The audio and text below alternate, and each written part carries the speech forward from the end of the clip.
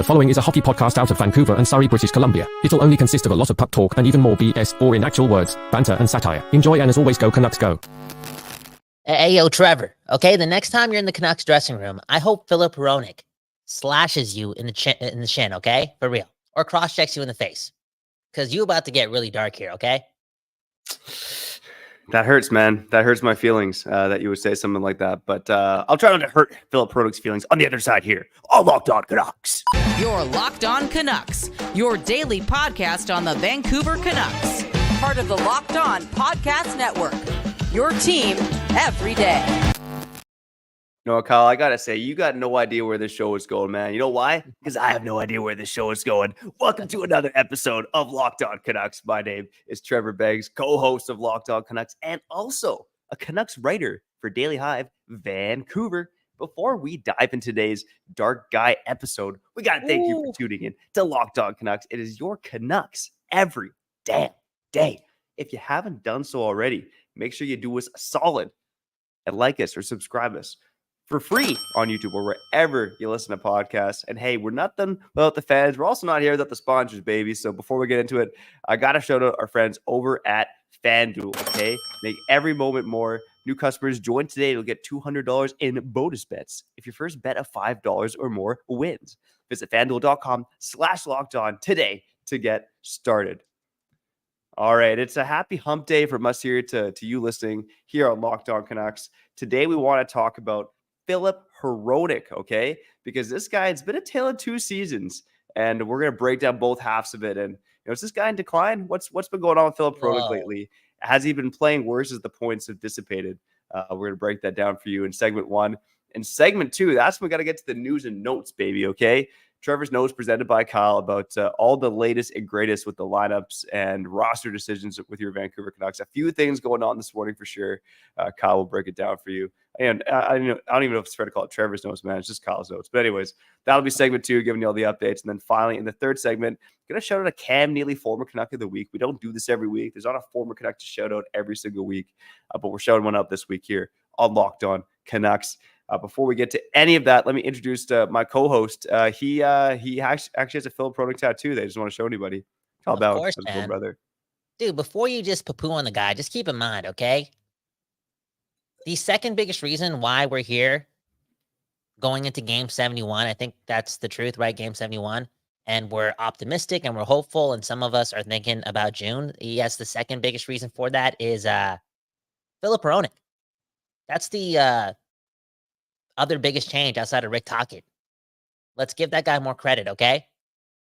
Trevor Beggs, man. Again, Filip Hronek, if you're watching this, Beggsy made the title of this episode, okay? So cross-check it right in the back. Right in the back, dude. Right in the tailbone. Right in the tailbone, okay? It is what it is. Talking about another guy's bag too, okay? About his bank account. Great job, Mr. Financial Advisor over there. Anyways, Kyle Bound, Trevor Beggs, doing our thing. Oh my God, so many other things to talk about other than Filip Hronek. Real talk, Demko update, Joshua update, Elias Lindholm non-update, which is leading me to say this. Like, why was he playing against the Montreal Canadiens and the Calgary Flames? You know what I'm saying? Anyways, more on that in like 10 minutes. Man, oh man, Beggsy. I'm feeling it, man. I'm feeling closer and closer to the playoffs. We have another chance to clinch tomorrow. We're going to clinch eventually. And I think when that happens, two things. A, we're going to feel nostalgic. It's going to be reminiscent of the good old days. One love to that. Hey, hit the like button for that. And number two, we're going to look back and ask ourselves, like, how did we get here? How did we get here in Game 71 and not Game 82, right? Because that's how it was supposed to be. We were supposed to squeak into the playoffs. How did that happen? And I think more and more people are going to come around to understanding that Filip Hronek, again, was the biggest change that this team needed to take the next step. Look at that, man. The nice positive intro, because you think I'm going to rip the guy here. But, it's interesting, man, because, let's get to the black and white numbers here. I mean, Filip Hronek in his first 42 games of the season had 36 points. So, point per game mark for young Filip Hronek over there. But over his past 30 games, the guy has posted 9 points, okay? So quite a drop from the pace he was on earlier in the season. And when you look at those 9 points over the last 30 games, 3 of them came in that game against Detroit on the road. where he stuck it to his forward team. Although I guess Detroit did win in overtime, but Hronek was amazing in that game. Damn. Yeah, another 2-assist game against Chicago as well. But other than that, there's Ooh. been a lot of donuts on the score sheet for Filip Hronek. Now, Wow. here's the reason I'm not going to necessarily rip into the guy because, based on the eye test of what I'm seeing, this guy has made some more turnovers. He hasn't been maybe as crisp defensively based on the eye test as what I was seeing earlier in the season. But you kind of pop the hood on the numbers, and Filip Hronek is statistically still one of the best defensemen on the Vancouver Canucks. I mean, he is the best defenseman on the Vancouver Canucks aside from Quinn Hughes. And you look at his plus minus, right? Plus 36 early on, and now he's only plus 1 over his past 30 games. Whoa. But you look at the underlying stats, and again, the Canucks obviously are a defensive juggernaut right now. They are the best defensive team in hockey since the All-Star break. Over that 30-game stretch, Filip Hronek has been good defensively. In fact, he's been above average defensively while facing stiff competition. And here's the biggest change that I've noticed in Hronek's game is that, we talk about that PDO, that luck, that stuff that you didn't want to hear about early in the season. Well, I think in particular, it's caught up to a guy like Filip Hronek. So I'm going to bring up Filip Hronek's PDO, whether you like it or not. So over those first 42 games of the season, when he had 36 points in 42 games, Filip Hronek had the highest PDO among any Canucks player. And that's mainly because the Canucks were scoring on 16% of their shots when Hronek was on the ice, right? Which is pretty unreal and definitely unsustainable. Now, since his 30-game stretch where he's got 2 goals and 9 points over his last 30 games, his PDO is exactly at 100. And the shooting percentage has dropped down to 7%, which is a little low. But again, it's just the law of averages here with Filip Hronek. So yeah, I'm seeing a guy who's turned the puck over a bit more, but don't let that mask from the fact that this guy is still one of the best puck movers that we've ever seen on the Canucks blue line, especially over the last 10 years. And the fact that he even got to 45 points with next to no power play time in itself is pretty impressive. So there you go. I'm saying, Kyle, it's not dark guy Begsy over here. I'm saying that Filip Hronek has probably been better than you think based on his production over the past 30 games. And I think what you are saying is just that. It's been pretty vastly different, especially on the point side over the last 31 games. I mean, I think you could use the word drastic, to be honest, because again, if you think about only having 9 points in his last 31 games and 5 of those points came against Detroit and Chicago in 2 games, it's something to definitely look at. Alvin and Rutherford are definitely bringing that to the negotiation table, okay, for real. And we brought this up yesterday. If you missed the episode, go check it out, right? The Vancouver Canucks just shooting the puck way less than a lot of other teams. In fact, they're 26th in the league with shots on goal, right? That equates to less goals, obviously. And over the last 31 games, they've dropped a whole goal. Goal 4. In their first 40-plus games, they're averaging 3.94 goals a game. In their last 31, it's 2.9. That's going to equate to Filip Hronek picking up less points. It's just the truth. All in all, though, I think one thing that, again, I'm noticing about Filip Hronek, and again, he hasn't been perfect over the last stretch of games. I don't know if it's because these guys are getting bored and they're just looking forward to the playoffs and there's less to play for in the regular season, blah, blah, blah. But Quinn Hughes also hasn't been at his best as well. It's just the truth. Both of those guys are making mistakes every now and then. This all being said, I think there's something to say about Filip Hronek's physicality, and I think I've noticed a little bit more of that recently, and that's making me think about what he's going to do in the playoffs when everything is physical. Because he's been laying the body as well, and maybe he's feeding off Nikita Zadorov, or maybe he has a bit of a mean streak in him that we haven't seen yet. And I think it was Harmon who brought this up on either Canucks Conversation or something on Sportsnet, but he believes, and I believe the same thing, that Filip Hronek, when engaged physically, is a different player. Which leads me to say this. I don't think we've seen the best of Filip Hronek. And that's not just a this year thing. This is Filip Hronek at the age of what, 26, 25? How old is this guy? Again, he's 26 right now. 26. This guy has room to grow, room to get better, and room to learn a lot more under Adam Foote and Rick Tocchet. Look, guys, I know Canucks fans get emotional about players wanting a lot of money, blah, blah, blah. And we've heard the number $8 million being thrown around Filip Hronek. I think that's BS. It's kind of in line with when we heard numbers like 12.5 surrounding Elias Pettersson. And look what happened. He got paid 11.6. All I'm saying is don't get too emotional about a guy that already hates talking to the media, right? He seems like a little bit of a sensitive dude. Let's be nice to this guy, a little calmer, and be patient with him because, hey, again, the biggest change on the ice from last year to this year is Filip Hronek. And look at the standings. I think it's a pretty big deal implementing a legit number 2 defenseman into your team. All in all, though, I've just been impressed. I've been impressed. It's year one. I'm not over here thinking about this because a lot of people are thinking about this, Trevor. And I want to know what you want to say about this. It's okay if we don't pay Filip Hronek. Let him go. We'll just sign Chris Tanev. That's going backwards. Don't get too emotional. Don't be irrational. That is going backwards. Yeah, I think you make a couple of good points there, Kyle, but I'll touch on the physical one first because I've noticed the same thing as you. The guy's hitting more recently, and just looking at his game log here, Filip Hronek only had 6 games up until January 12th in the first half of the season where he had more than 1 hit in a game. So 6 games where he had 2 or more hits.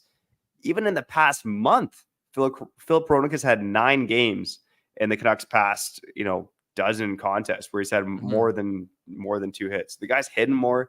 He had a season high 5 hits against Washington the other night. The guy is chucking the body more. Nice to see him more physically engaged. I guess maybe it's against Zadorov rubbing off, or maybe this guy's just finding a way to get engaged when he's not getting on the score sheet, right? Trying to get that fire here in the season where it's kind of the dog days where the Canucks have kind of locked up top in the Pacific. But going back to the contract, I think you make a great point as well, because this team is going backwards if they sign Chris Tanev and let Hronek walk. This team is going backwards if they decide, we got to keep this Zadorov guy and let Hronek walk. I don't think that's where the Canucks are leaning. I think they definitely want to get this guy signed, and I believe they will get him signed and somewhere in that $7-ish million range. Filip Hronek, plan on him. Go ahead, go. Yeah, I know you're going to run to ad soon because, the bosses want us to do that, but I just want to throw this in there too. I think one thing that we're not, and I've said this so many times throughout the year, maybe we have some new listeners, and I want to let them know this too, okay? Quinn Hughes is having a remarkable season this year, and I think his life's a lot easier because 99% of his shifts have been with Filip Hronek. On that note, we'll get to this on the other side as well. Filip Hronek is back on the top pairing after 1 game away from Quinn Hughes. That's not an indictment on Filip Hronek. This team is just way better when Quinn Hughes and Filip Hronek are in the offensive zone together and doing their thing at the blue line, because those two are dynamic. And I know it hasn't equated to as much efficiency as it did early on in the season, but that is a recipe for success and something that to lean on going into the playoffs. So it's one of those things. The Canucks overall are a way better team with Filip Hronek. And again, Quinn Hughes is a better defenseman because of Filip Hronek, and he'd be the first person to tell you that. 100%. I did want to throw out one more stat quickly now that you got me on it. But, we talk about Filip Hronek not putting up many points in the last 30 games, 2 goals, 7 assists in the last 30 games. Overall this season, the guy still is tied for the 3rd most assists at even strength in the NHL. Only Quinn Hughes and Josh Morrissey have more assists than Filip Hronek. He's tied with Victor Hedman for 28 assists at even strength. So again, even though the guy has, not been as good offensively recently, he's still top 3 in assists at even strength, and he's 10th overall in terms of even strength scoring among defensemen. Ahead of some big guys like Morgan Riley, Gustav Forsling, Noah Hannafin, Adam Fox, Charlie McAvoy. Again, those are some pretty big names, and Filip Hronek has more even strength points than those guys, okay? Filip Hronek, a big difference maker for your Canucks. On the other side, we got to talk about a couple other difference makers. Some going on IR, some come back in the lineup, some going out the lineup, and of course, a Surrey boy making news again. We're going to touch on it all on the other side. Trevor's Notes presented by Kyle. Before we get to that, we do got to shout out our friends over at eBay Motors. All right, you know the deal, baby. There's passion, there's drive, and there's patience. That's what brings home the winning trophy. And it's also what keeps your ride or die alive. eBay Motors has everything you need to maintain your vehicle and level it up to peak performance. From superchargers, roof racks, exhaust kits, LED headlights, and more. Whether you're into speed, power, or style, eBay Motors has got you covered. With over 122 million parts to choose from for your number one ride or die, you'll always find exactly what you're looking for. And with eBay Guaranteed Fit, your part is guaranteed to fit your ride. Ooh. Or your money back. Because with eBay Motors, guess what? You're burning rubber, not cash, baby. With all the parts you need at the prices you want, it's easy to turn your car into the MVP and bring home that win. Keep your ride or die alive at ebaymotors.com. Eligible items only, exclusions by eBay Guaranteed Fit, only available to U.S. customers. Bum, bam, bum.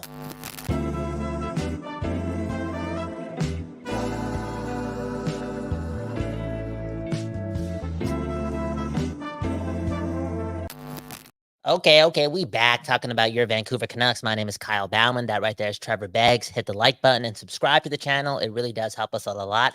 And man, oh man, the Discord was going off this morning. We were talking about a lot of things, okay? Bucks, Hronek, Todd Bertuzzi, what future guests we want on the show. Join the Discord in the link in the bio to learn more and more about all of that. Man, oh man, Filip Hronek off the top. Getting me emotional, man. I think it's, again, just too obvious that he's been so important to all of this. And again, letting him go, a right-handed defenseman at that age, based on, again, the capital that we gave up for him, it's just too irrational. I think Canucks, man, some of them are getting way too ahead of themselves. Thinking that, like, it's always going to be this easy for Rutherford and Alvin to find replacement players like that. It isn't. Hronek is pretty good. Speaking of being pretty good, how you doing, Trevor? I haven't asked you that in a long time, man. How you doing? I'm doing good. Again, I'm living the bachelor life, man. It's just a little different not having wife and kids around, but I'm excited for you and I to link up tomorrow to watch the Canucks and the Stars, baby. Let's go. Dude, man. Speaking of which, man, let us know in the comments. We'll get to the comments at the end of the show, but let us know right now. Where should Trevor and I go to watch the game tomorrow in Vancouver? Like, where should we go to crack some beers and talk all things Canucks and friendships and blah, blah, blah. Before we do that, though, we got to get ready for tomorrow's game. And man, oh man, the Canucks, man, making news every day. It's never simple with this team. And they're getting me emotional, okay? Well, we're going to talk about it pretty soon here on Trevor's Notes, brought to you by Kyle.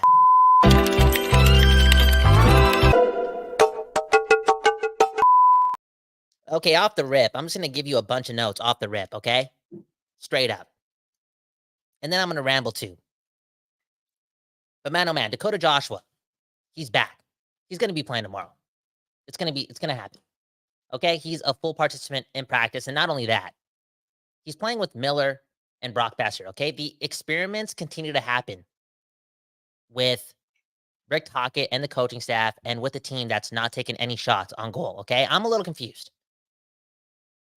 A team that is in need of more fluidness within their 5-on-5 lines is getting a big piece back, and they're avoiding using one of the few games they have before the playoffs start to get him back with Bluger and Garland. What are your thoughts on Dakota Joshua at practice with Brock Besser and JT Miller? It was a surprise for sure. I think we've talked about it before, though, right? How there's just not really anyone from this kind of mushy middle on the Canucks, the Sea of Greylands, if you will, who have kind of grabbed the reins of a top 6 position. I mean, we had PDG up their last game with Suter back at center and Lindholm out.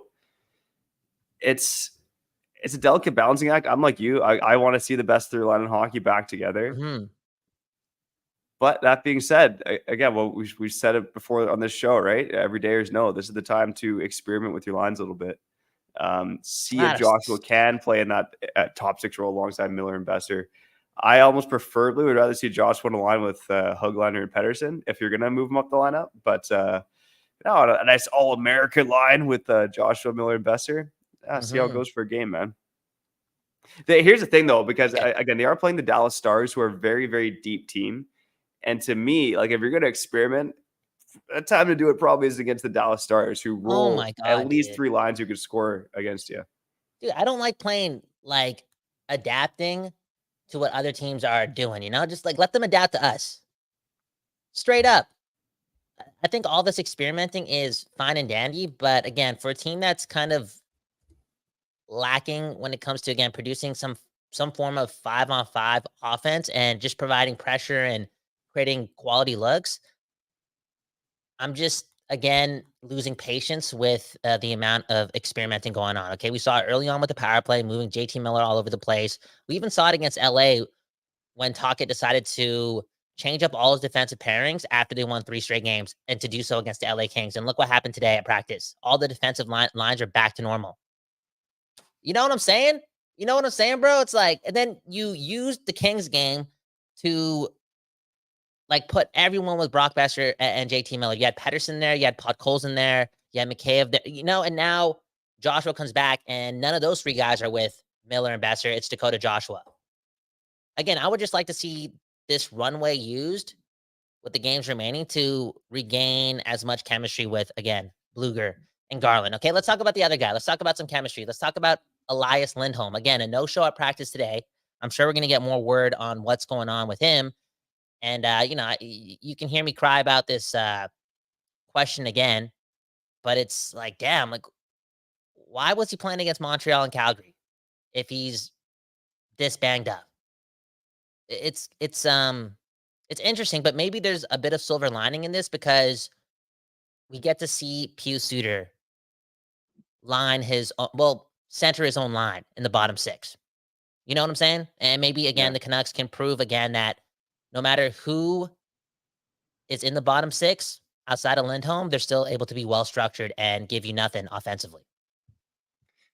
Yeah, I mean, I think Suter in the bottom six as a center makes a lot of sense, right? Especially with Lindholm out of the lineup. Probably with Lindholm in the lineup, to be honest with you. But yeah, I guess we'll see how it goes with the Stars on Thursday. Again, man, I know you said you don't want to match up and, adapt what the other teams are doing, but look at that Stars lineup, and, their top line is well known: Robertson, Hintz, and Pavelski. The second line, Duchesne's been unreal this year with Mason Marchment. The third line's got Jamie Benn, Wyatt Johnson, and Logan Stankoven. Those are three pretty dangerous lines that can come at you. So, when I look at the Canucks, it's like I probably do want to see, more of like a Suter on a fourth line, that third line back together, and then your top two lines, one with Miller and Besser and one with Pettersson and Höglander. So, yeah, I don't know if this experiment is coming at the right time, to be honest with you. Yeah.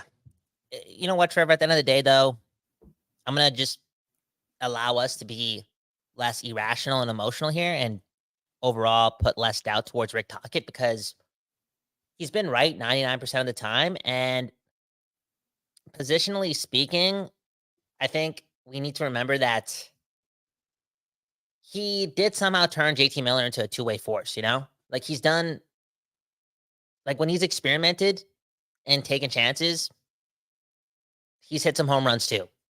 So let's see, maybe Dakota Joshua in the top line. Maybe it's something huge. Maybe it's something big, right? Who knows? Anyways, let's talk about the the other big news. RC Baines. I was going to bring up Thatcher Demko going on LTIR or whatever the IR thing is, but RC Baines is called up. Maybe he plays tomorrow as well to replace Niels Amon. Who knows? But overall, like this is another opportunity, man, because between Amon, PDG, I think and Baines now, I think there's just room for him to maybe get a look. And Podkolzin as well. Like maybe just get a look long-term, short-term, if you know what I mean, with the Vancouver Canucks. Well, I think when you look at Baines next to PDG and Amon, Baines has a higher ceiling, right? And he wasn't perfect when he was in the lineup. He took some penalties. I don't say his foot speed's an issue, but he's not the fastest guy out there necessarily. But he's got skill, and that's evident. He's a smart hockey player. I think he made a lot of good plays in his own end when he was up here for those 5 games. So I'm stoked to the RC Baines recall, and who knows, maybe he's going to be the next guy alongside Miller and Besser. Kyle, maybe before we move on from the whole lineup talk, who do you want to see play with Miller and Besser right now with Lindholm out of the lineup? Again, this may really, really surprise you, but it's Mikheyev. I just kind of liked some of the shifts he's had with those guys. I think there was a 2-game stretch where he played pretty well with those guys, and I think after one bad period, Rick Tocchet is, again, he's just addicted to the blender right now. I think he's hockey nerding out. No, he's hockey nerding out, man. He's really trying to figure everything out and see what else would work. And again, it's what happens when you have an 8 to 10 point cushion and all this jazz, right? It makes sense. And you know what? In Rick Tocchet we trust. Somebody just told me to stop whining. I think it was Chris. I'm sorry, okay? Speaking of stopping this whole whining thing, man, oh man, we got some news on Thatcher Demko. Rick Dhaliwal reporting. Well, the Canucks actually put him on injured reserve, and he's expected to play LTIR. He's expected to come back, though, with 2 to 3 games remaining. Remember last week? It was 5 games remaining, and now it's 2 to 3, bro. You get what I'm saying, bro? You get what I'm saying, man? I was concerned last week, and I was concerned a couple weeks ago when they allowed him to play when he was hurt. Again, Thatcher Demko didn't feel good in the morning skate, still played. Thatcher Demko didn't feel good after the first intermission. Told Casey DeSmith, hey, get ready. Get ready, brother. You might have to come in, and still came out for the second period. I'm confused. That's all I'm saying. Should I be more concerned, though? How much are you at a 100% guaranteed we're going to see Thatcher Demko with 2 to 3 games remaining? Because a part of me is like, yo, what if it's only 1 game? It could even be he doesn't come back to the playoffs. I mean, you just don't know, right? I mean, he's on LTIR, so he can't play till April 6th, meaning that he would come back with 2 to 3 games left, as others have reported. But he could be on there longer. You never know, right? So, again, I think right now, good practice for the Canucks to shore up the defensive game, which they've done. They're a defensive juggernaut. They're barely allowing 20 shots a game. Like that is incredibly impressive stuff. DeSmith is playing well. Demko, just get well soon, get your rest. Yeah, I was a little confused by it too, Kyle, to be honest, but it's kind of said and done now. The guy's he's not coming off of injured reserve until he's healthy. So yeah, I ain't stressing about it. Just the Canucks keep doing their thing defensively. DeSmith keep doing his thing. Demko, get well soon, get ready for the Stanley Cup run. One guy who won't be on the Stanley Cup run is a guy who's on the Canucks anymore, and we're going to shout him out on the other side with the Cam Neely former Canuck of the week. Before we do that, let's shout out our friends over at FanDuel. FanDuel, our favorite betting platform, disrespecting the Canucks, okay, but trying to help you out with the Canucks having only the 10th best cup odds. And hey, guess what? They're also fans of the NCAA, okay? So say goodbye to busted brackets because FanDuel lets you bet on every game of that tourney. You know what I'm saying? Whether you're betting big on an upset or a number 1 seed, it's time to go dancing woo-hoo-hoo, on America's number 1 sportsbook. Right now, new customers get $200 in bonus bets if your first $5 bet wins. That's $200 to use on point spreads, money lines, and guess what? You could even pick who's going to win it all. So make sure you go visit FanDuel.com/lockedon and bet on college hoops until they cut down the nets. Man, oh man, until they cut down the nets, yo. I'm seeing that Pius Suter still on power play 1, man. Anyways, let's get back to the show.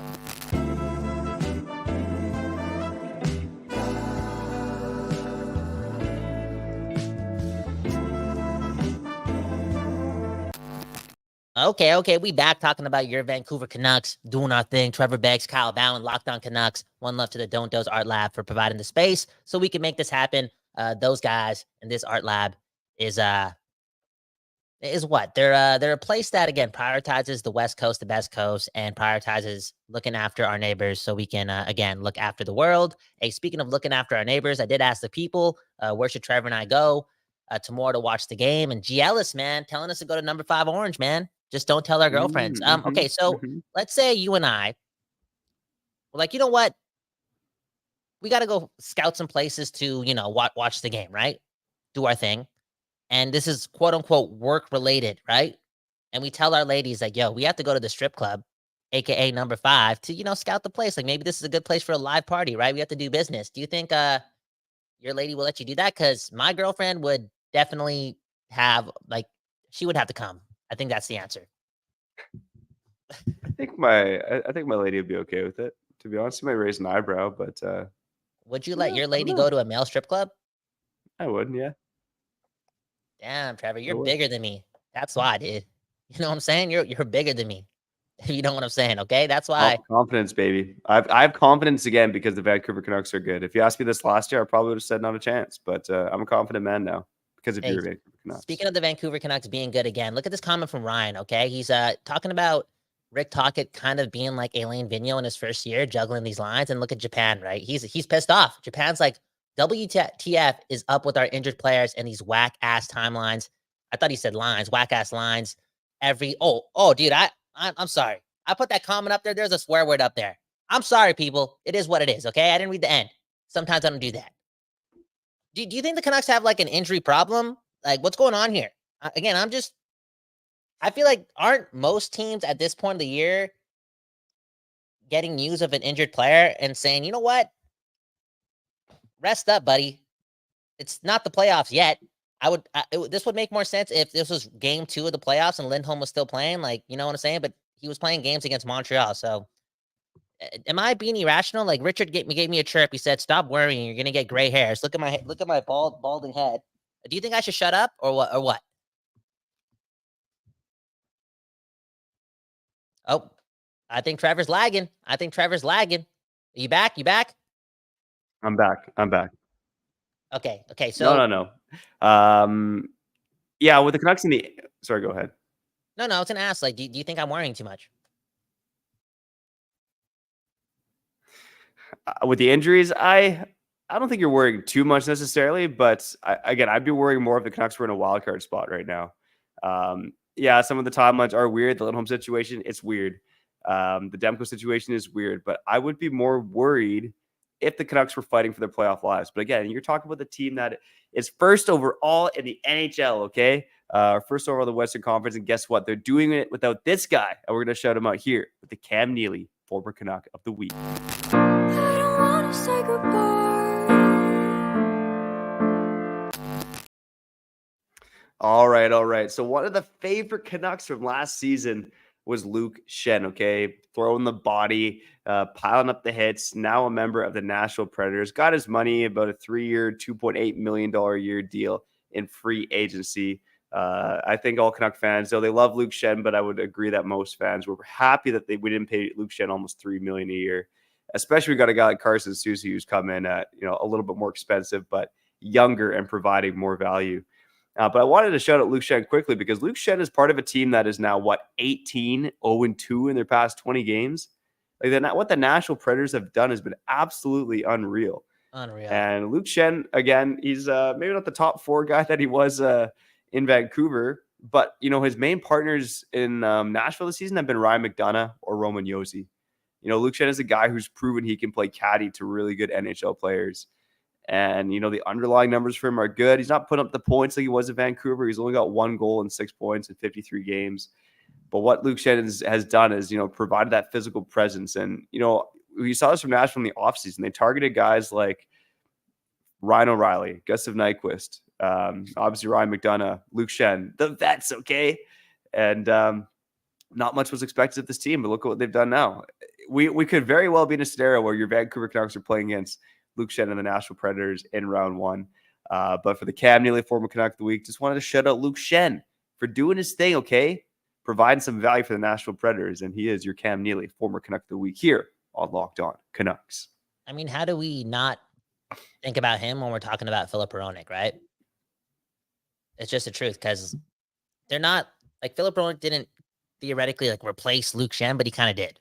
If you know what I'm talking about. So yeah, one love to Luke Schenn. Always have a lot of respect for him. For him to drop the gloves time in and time out for a team that sucked is crazy because again, he's sacrificing his livelihood for games that realistically did not matter. Anyways, let's get to the comments before we get out of here. A couple minutes on that. Japan saying sorry, Kyle, for again swearing in the live chat. Hey, I'm sorry to the people for displaying that. Okay, I might get in trouble for that. Hey, Begsy, you might have to go solo dolo for the rest of the year. If the ups find out about that, hey man, it's a sports podcast. Emotions, right? It is what it is. Look at Richard, okay? I was going to point out Kyle's hairline, but he likes me, man. Oh man, I gotta stress out less so I can keep this, man. So I can keep this because I know it's getting pushed back. I know I'm balding at the top, but as a Hindu man, I'm just praying every night that positivity can bring it back. It is what it is, and if it doesn't, at least I have this voice. You know what I'm saying? How about Mr. Whale? Okay, we need to negotiate with Hronek and not risk losing him. Tanev will be on free agency. I don't really get that comment too much. I think Mr. Whale actually commented in the Discord that he would be okay with bringing Tanev back if we lose Hronek. I don't like that trade. I don't like that trade. How about G. Ellis, okay? Hronek will sign for 7.5 easy, paired with Hughes for years, and make him look really good. Hey, that pairing will just be really good for years. I guess I'll end it off on this note. If Hronek makes $100,000 more than Quinn Hughes before Quinn Hughes re-ups in a couple of years, are you going to be sensitive? Are you going to be mad? Because I'm not. Ooh, yeah, mad's not the right word. I would be surprised though. I wouldn't be mad just because he could get $8 million easy if he was on the open market, right? 26-year-old right shot defenseman who's one of the league leaders in even strength points. One of the plus minus leaders in the NHL, even though that the rates dissipated recently. Again, I wouldn't be mad. I'd be surprised though. Man, oh man. Look at this. Dale Smith. Kyle is on LTIR. Look, again, honestly, I'm just emotional and I'm just confused. I just want answers, man. Again, Trevor, when you get to the rink, I just want you to ask why they played. Look, I just want an explanation. You know what I'm saying? Somebody in the comments mentioned this a lot. Again, Japan 4. He also just commented that his dad almost bought Cam Neely's ex car when he got traded. Anyways, Japan's saying that the last few years we have been brutally bad at diagnosing our injuries by a lot. And again, I'm just kind of on board with that because it's kind of weird to see players play when they're injured when you're this up in the standings and you're a couple weeks away from the playoffs. Anyways, maybe I'm just an idiot and I got to stop stressing out. Go Canucks, go. We're going to win tomorrow, 18-0. Begsy, Bowen, doing this Locked On Canucks. Hit the like button, subscribe to the channel. It does help us out a lot. And join the Discord, link in the bio. We get off to an early start on the Discord. Every time I take a, you know what, in the washroom, I'm out there typing away and getting that Canucks conversation going. Begsy, do us all a favor and sign us out. All right. Shout out to the everydayers, occasional listeners, first-time listeners, new subscribers, those of you who joined us on the live YouTube show, and hey, those of you who have signed up for more conversation on the Discord as well. No matter who you are, if you're a part of Locked On Canucks and you make us part of your podcast listening routine, we love you. We love your families. We love your dogs too. Go Canucks, go. As we get close to the playoffs, man, listen, maybe some playoff previews. I do want to look at how the past Canuck veterans have performed in the playoffs as well. That and so much more. Again, we got you here, Locked On Canucks, your Canucks every day, okay? So if you missed us for a day, we're going to have you the next day, okay? Make sure Wow. subscribe wherever you listen to podcasts. But for now, I'm Trevor Beggs. That beauty is Kyle Bowen. And you've been listening to Locked On Canucks. Man, some people talking about not allowing their girlfriends to go to male strip clubs. Hey, man. Be bigger than that, all right? You're Locked On Canucks, your daily podcast on the Vancouver Canucks.